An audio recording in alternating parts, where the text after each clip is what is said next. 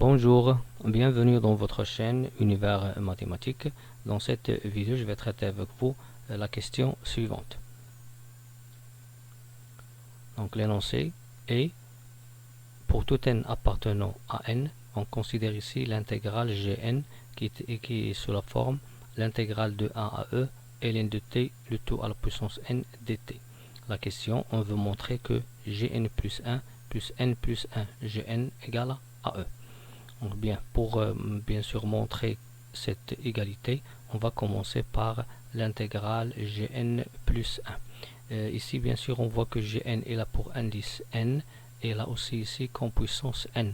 Donc si je veux écrire Gn plus 1, je vais remplacer n par n plus 1 et remplacer aussi n par n plus 1. Pour cela, Gn plus 1 c'est l'intégrale de 1 à e de ln de t à la puissance n plus 1 dt. Maintenant, on va calculer cette intégrale. Donc pour calculer cette intégrale, on va utiliser une intégration par partie. Ici, on a la fonction ln de t, le tout à la puissance n plus 1.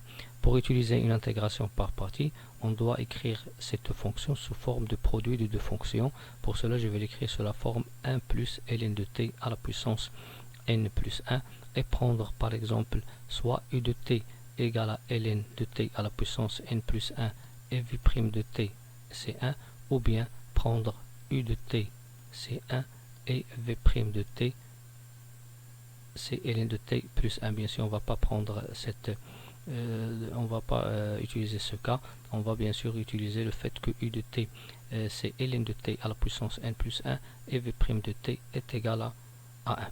Donc commençons cette intégration par partie. Donc on va poser u de t ln de t à la puissance n plus 1 et on va bien sûr considérer v' qui est égal à 1. Bien, qu'est-ce qu'on va faire maintenant? On va donner ou bien chercher la dérivée de la fonction u de t. Bien sûr, ici la fonction u de t il est écrit sous la forme ln de t à la puissance n plus 1. C'est comme si on a une fonction f de x à la puissance n plus 1.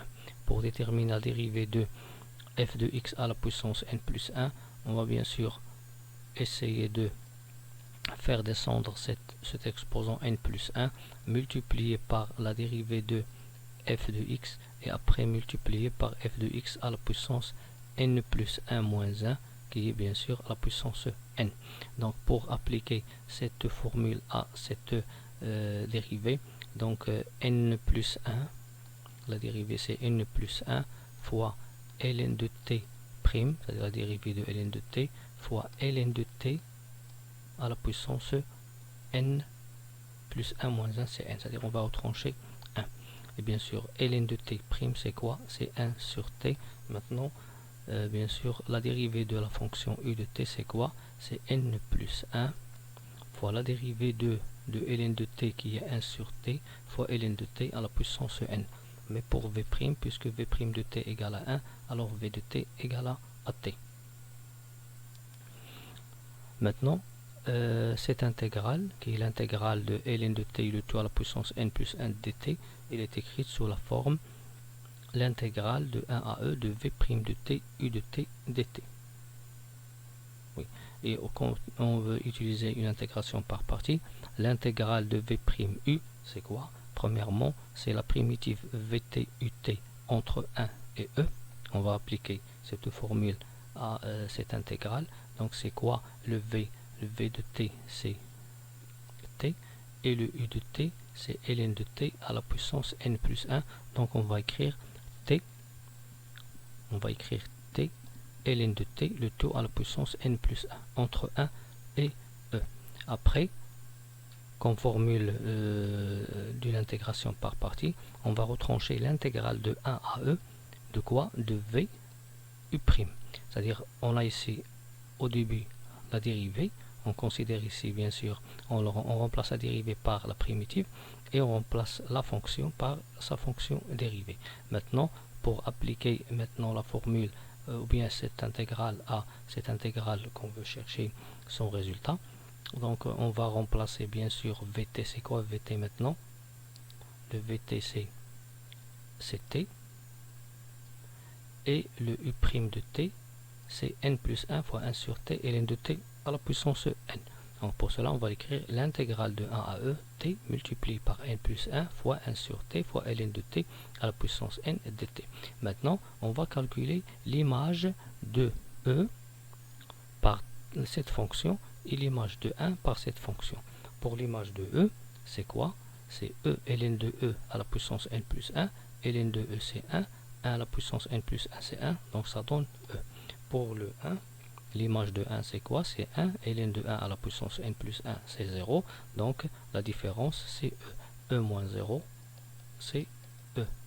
Donc on va poser ici le e comme résultat de cette différence. Après, on va essayer de simplifier cette fonction. T fois 1 sur t, ça donne 1. Donc il reste l'intégrale de 1 à e de n plus 1 fois ln de t à la puissance n dt. Et après, puisque n plus 1 ici, il ne dépend pas de cette variable t, alors je peux faire sortir le n en dehors de cette intégrale. Donc ça donne e moins n plus 1, l'intégrale de 1 à e, ln de t, le tout à la puissance n dt. Et cette intégrale, c'est quoi cette intégrale? Ce n'est que gn, comme vous voyez ici, c'est l'intégrale de 1 à e, ln de t à la puissance n dt. Donc finalement, on va obtenir gn plus 1 est égal à e moins n plus 1 gn. E est égal à E moins n plus 1 Gn.